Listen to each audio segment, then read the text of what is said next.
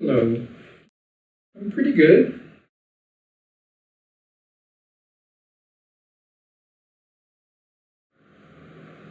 Okay. Well, I first encountered contact at a jam. I was visiting a friend in Boulder, Colorado, and Nancy had been teaching there at Naropa Institute. And then the group she was working with started a jam.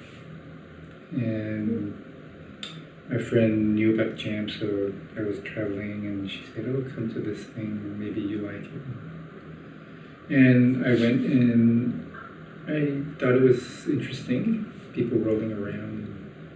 But I was just watching mostly until somebody kind of pulled me in and started rolling around. I can't remember a whole lot about the dancing, just rolling around mostly. And it felt fine for me because I had done judo when I was a teenager, so it was comfortable to fall on the floor and roll around with other bodies. And I thought, it's fun, but okay. But I kept going because it was a way to, I guess, hang out with some people, meet some people.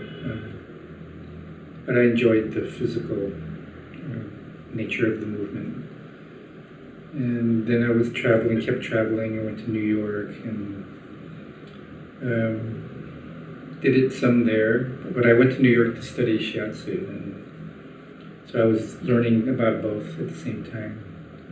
I realized that there are a lot of similarities between shiatsu and contact improvisation.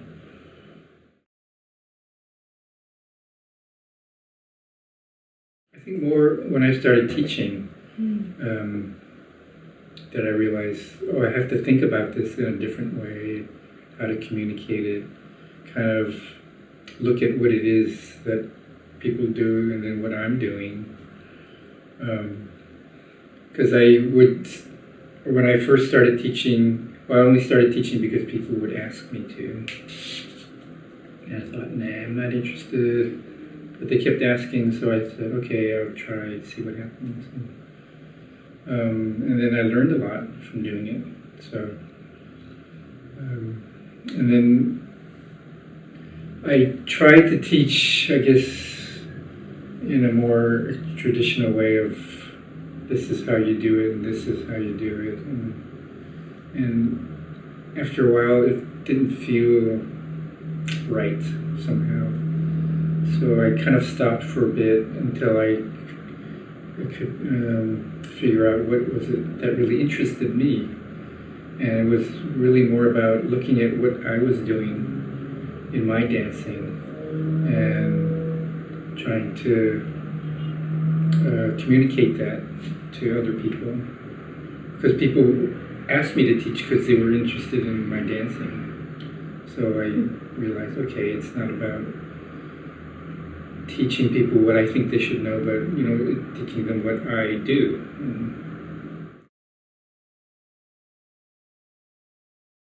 Eventually, I realized, okay, it's this thing about reaching that I do, and that really I found really helpful. And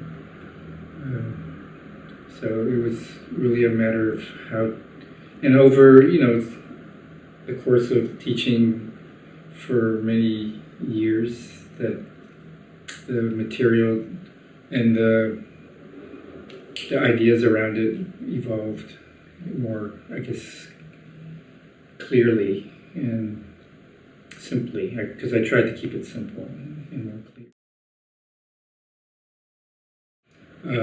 40.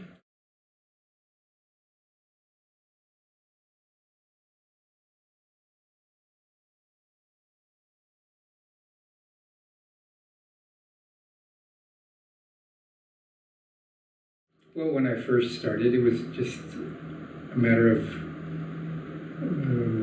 getting movement, getting exercise, enjoying it. It was more recreational. And when I started teaching and participating in projects with other people, and it started becoming more artistic. And I guess throughout it all, I was always wondering, okay, how does this relate to the world at large? And I realized there are a lot of analogies of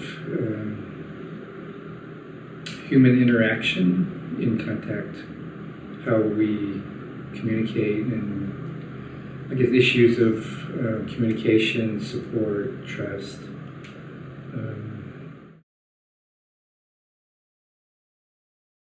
Some psychology, but more, I guess, therapeutic in a sense.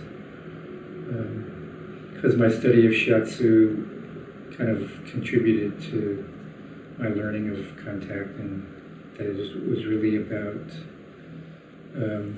getting in touch with the body and how the body keeps itself healthy, and different ways to deal with different kinds of people when you meet them, and physically, but also energetically.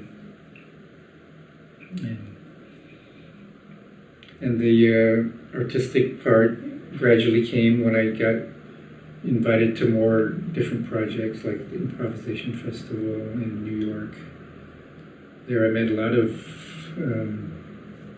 other dancers who were using contact improv. And so it was inspiring to work with groups of people who were really doing it in different ways.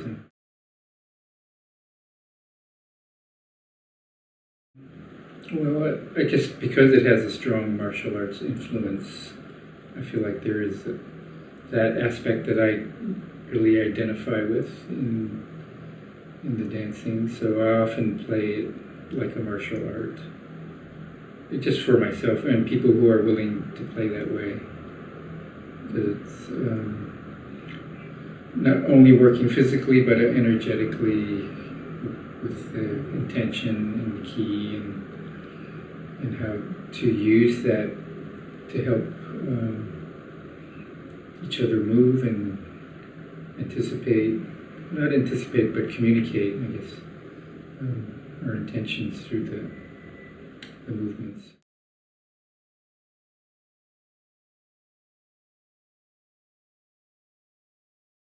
The biggest change is really about how I learn and how people learn in the process of teaching. I realize it's really not about me teaching something that I know to somebody else. It's more about how do I help people learn about themselves. And that process continues, and I'm continuing to learn more about it all the time with each class that I teach. I treat the classes partly as a laboratory that I can do a little experiment, and also partly as I try to create an environment for people to explore and self-direct somewhat. I mean, these days, I guess I've developed something of a philosophy around teaching is, okay, I can share some information that I've found useful and to help people create a frame of reference within which they can explore, and then in that process of exploring, learn something about themselves or each other. And I find that that's very adaptable to a lot of situations and to lots of learning styles, because people learn in different ways. And it varies not only with individuals, but with cultures. Like in Japan, they have a very different learning style than in, say, Spain.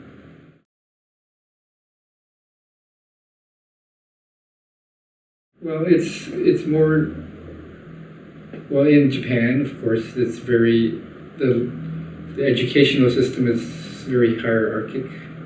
So they always have like the master who knows, or the teacher, the sensei, who is given a lot of respect, and the students, I don't know exactly because I didn't grow up in Japan, but I don't know if they're instilled with the idea that they don't know anything until the teacher teaches them.